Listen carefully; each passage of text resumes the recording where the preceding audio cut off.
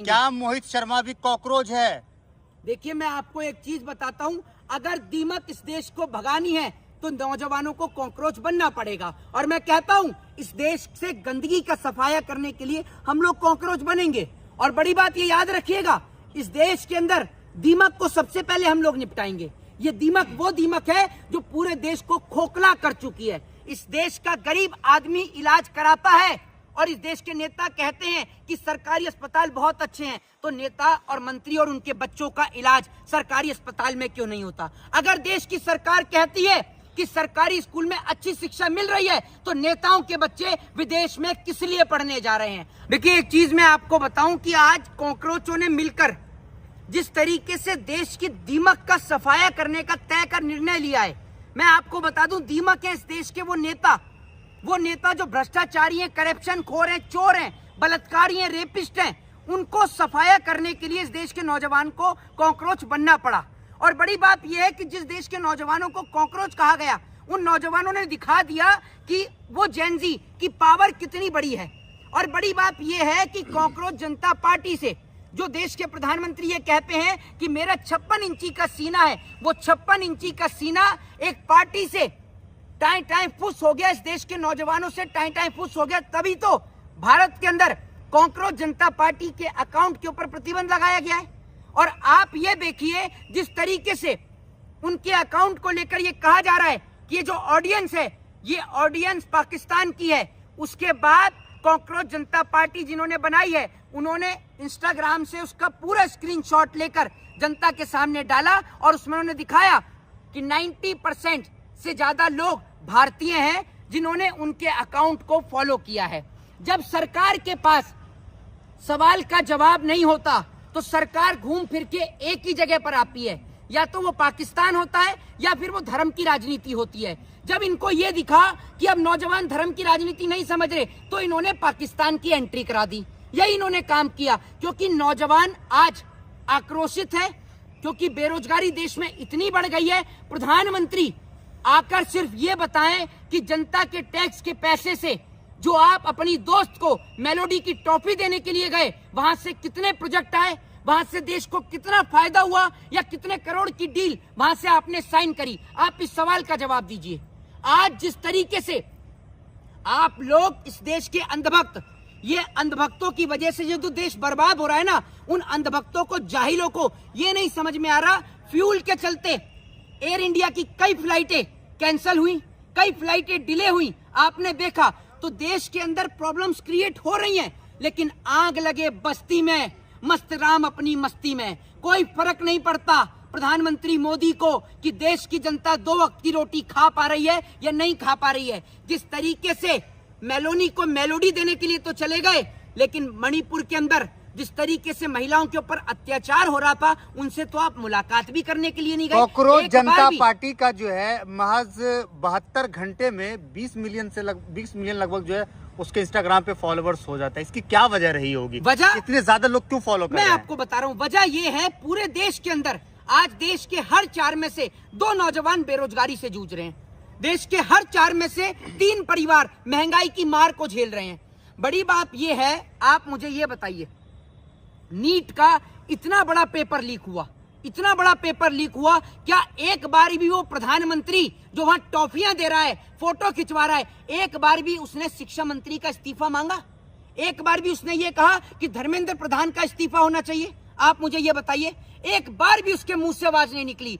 वहीं बिहार के अंदर जिस तरीके से छात्रों के ऊपर लाठी और डंडे चार्ज किए गए, आप क्या समझ रहे हैं? इस देश का नौजवान आखिर कब तक अपने हक के लिए सड़कों पर पिटता रहेगा? ये अनपढ़ जाहिल गवार लोग, जिनकी औकात क्या है, जिनकी औकात इस देश के अंदर, आप ये समझ लीजिए, इनसे ज्यादा पढ़े लिखे तो वो लोग हैं जो सफाई कर्मचारी बने बैठे हैं। इसलिए क्योंकि बड़े पदों पर इन नेताओं के बच्चे विराजमान हैं, बिना कुछ करे इनके बच्चे कॉकरोच के बहाने आप लोग कॉकरोच के बहाने आप लोग जो है तख्ता पलट करने की कोशिश कर रहे हैं। भाई साहब, पहली बात तो ये है, ना तो हम तख्ता पलट की बात कर रहे, हम सिर्फ ये कह रहे हैं कि जो सरकार देश के लोगों को आपस में लड़ा रही है, वो सरकार देश के नौजवानों को रोजगार क्यों नहीं देती? और हमारे सीधे सवाल हैं कि अगर सरकारी अस्पताल में जेन जी की आवाज इन 4-5 मुद्दों पर है जो मैं आज मुद्दे बोलना चाह रहा हूं।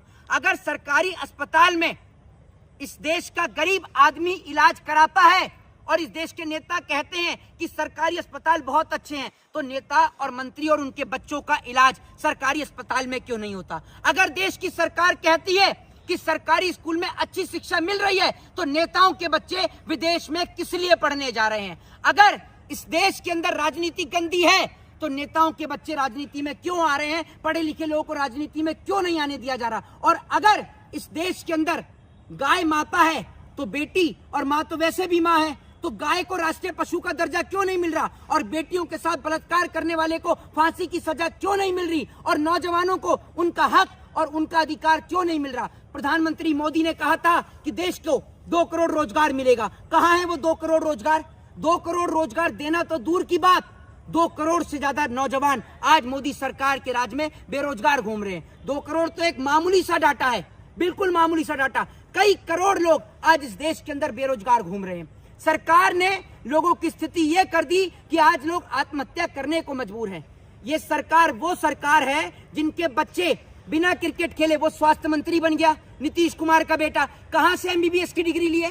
कहां से उसने होम्योपैथ की पढ़ाई की है या डॉक्टरी की पढ़ाई करी है? बताइए ना। साइंस में एडमिशन भी लिया है, वो हेल्थ मिनिस्टर बनकर बैठा है। कब तक और कितने समय तक हम इस देश के अंदर नेताओं की मोहित शर्मा भी गुलामी करते रहेंगे? क्या मोहित शर्मा भी कॉकरोच है? देखिए, मैं आपको एक चीज बताता हूं, अगर दीमक इस देश को भगानी है तो नौजवानों को कॉकरोच बनना पड़ेगा। और मैं कहता हूं, इस देश से गंदगी का सफाया करने के लिए हम लोग कॉकरोच बनेंगे। और बड़ी बात ये याद रखिएगा, इस देश के अंदर दीमक को सबसे पहले हम लोग निपटाएंगे। ये दीमक वो दीमक है जो पूरे देश को खोखला कर चुकी है। इतनी बुरी हालत देश की हो गई, देश के लोग निकल कर देखिए भाई साहब, 40 डिग्री 46 डिग्री टेम्परेचर में लोगों को पीने के लिए साफ पानी नहीं मिल रहा। प्रधानमंत्री विदेश जाके घूम रहा है। यार, शर्म आनी चाहिए। देश से कह रहे हो कि घर से बाहर ना निकलें, देश से कह रहे हो विदेश यात्रा से बचें, लोगों से कह रहे हो सोना ना खरीदें, और खुद वहां मेलोडी की टॉफी दे रहे हो। शर्म आनी चाहिए प्रधानमंत्री, आपको शर्म आनी चाहिए। और अगर थोड़ी सुन लीजिए, थोड़ी सी भी अगर और उससे ज्यादा बेशर्मी अगर किसी में भरी हुई है तो वो इस देश की गोदी मीडिया है।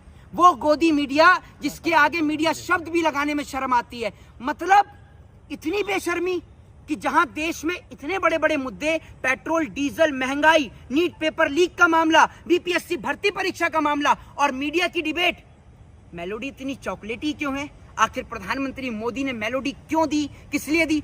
बेशर्मी की हद होती है। और मैं कहना चाहता हूं इस देश के पत्रकारों से, गोदी मीडिया के, ये याद रखिएगा, हर दिन एक जैसा नहीं होता। जिस दिन इस देश के अंदर सत्ता परिवर्तन होगा, जिस दिन मोदी जैसे लोग कुर्सी से नीचे उतरेंगे, आप अपनी आने वाली पीढ़ी को जवाब नहीं दे पाएंगे, उनसे नजरें नहीं मिला पाएंगे। और इस देश के अंदर भारत का रुपया इतना नहीं गिरा, बरेली के बाजार का झुमका इतना नहीं गिरा जितना मोदी सरकार के राज में मीडिया नीचे गिर गया है। जी मोहित शर्मा, आप सवाल ये है कि बंगाल में, जैसे आप कह रहे हैं ना, गाय को राष्ट्र पशु बनाया जाए, मुस्लिम मौलाना ही मांग कर रहे हैं। बंगाल में जो हिंदू व्यापारी है वो रो रहे हैं, सड़क पर प्रदर्शन कर रहे हैं गाय के साथ में। तो क्या हुआ? क्या हुआ? उन्होंने वोट दिया है मोदी को। अच्छा, मोदी ये को सवाल पे बाद में दीजिए। बोलिएगा। Mohit Sharma, BJP IT cell के जितने भी लोग हैं, जो लड़के हैं, वो ये कह रहे हैं कि अगर ये कॉकरोच जनता पार्टी है तो हमने भी हिट जनता पार्टी बनाई जो कि कॉकरोच को मारने के लिए काम आता है। आपने हिट जनता पार्टी तो बना ली क्योंकि नौजवानों की आवाज आपसे झिल नहीं रही, क्योंकि आपके अंदर, आप जब गोबर खाएंगे तो दिमाग आप में है नहीं। एक बात बताइए, वो आपका हिट आप ही के मुंह पर छिड़क गया था जब बेटियों के साथ बलात्कार हो रहा था। वो आपका हिट आपके गले में फंस गया था जब बिहार की सड़कों पर नौजवानों को पीटा जा रहा था। आपका हिट आपके नेता पी गए थे जब नीट की परीक्षा लीक हो रही थी। है हिट बनाने चले हैं, वो हिट ना जो आप पीछे बर्नौल लगाते हैं ना, उस बर्नौल की जगह उस हिट को वहां लगाइए, समझ रहे हैं? वहां वो ज्यादा कारगर साबित होगा। जय हिंद, जय संविधान।